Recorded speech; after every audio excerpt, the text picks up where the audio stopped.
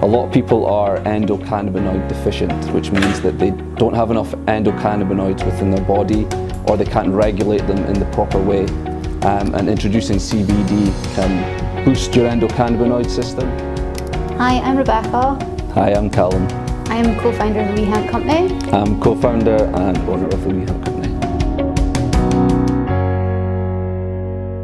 The stigma is definitely there when you talk about cannabis. It's a very loaded word. When you say the word, everyone has their kind of preconceived notions of what it is. It's been demonized for decades. Reefer madness, all this kind of propaganda against it, when in actual fact it's a really healthy plant that you should be supplementing with. In 2016 I got diagnosed with fibromyalgia,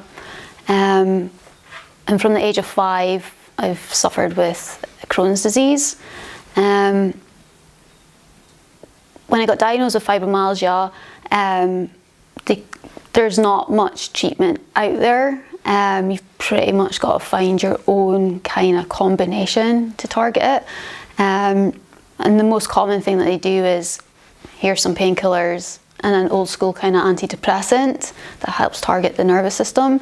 I took those for 2 days and my system just reacted. It was almost like it just been filled with too much pharmaceuticals and it just didn't want any more. That Christmas as well, just started reacting to lots of foods. And then that's when I just realised I don't want to have 2 chronic illnesses controlling my life. I need to take matters into my own hands and find a more natural, holistic approach to dealing with it all. So that's when I set myself a year target in my head, because I thought, what's a year out of my whole life to try and get my life back basically and be able to actually live life. So that's when I just decided to change my diet, start introducing CBD, that sort of things. Callum actually did some research and found out like a lot of people in America were taking CBD for fibromyalgia with great results. So that was the main catalyst to why we then got onto the CBD path. My name is Roger Guy Petrie and I'm an emeritus professor here at the University of Aberdeen. I'm a pharmacologist really, and so I specialise in pharmacology, particularly the pharmacology of cannabis and cannabinoids. I know less about CBD really and what effects it has. I think it can affect sleep. It can also affect happiness, reduce anxiety, particularly pain, post-traumatic stress, phobias, that sort of thing. Probably involved in multiple sclerosis as well, in stopping the disorder being even worse.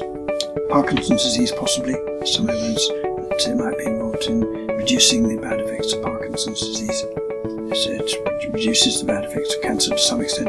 Also involved probably in protecting the kidney from damage in diabetes and that sort of thing.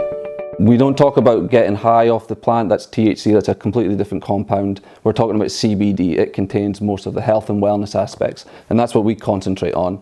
If we're going to bring this plant back into modern day society, we need to talk about the benefits and not the kind of dark history and side of the plant. Yeah, CBD is completely non-addictive, has no side effects, it's a natural product. You could probably place it in the same category as Manuka honey or something that's that natural, it's kind of unprocessed. I've got my life back. So I've never been pain-free in my entire life. As far as I can remember, I've never been pain-free, and I actually got used to being in pain. That was my normal. Now I've got a taste of what not being in pain is, or being on any pharmaceuticals. I'm never gonna go back. I've always known I wanted to help people, but I didn't know how I was going to help others until I came across CBD and seeing how it impacted me and the life changes I needed to take to get on top of my illnesses, the traumas, anxiety and stress and that.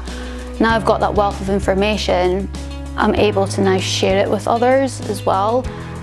So seeing just being able to share that knowledge and the empowerment that they're gaining from it and being able to take control and implement that into their own lives is just amazing. The stigma is still there, maybe always going to be there, but if we can just get, most of the population looking at the health side of it, then I think, it's a win for the plant.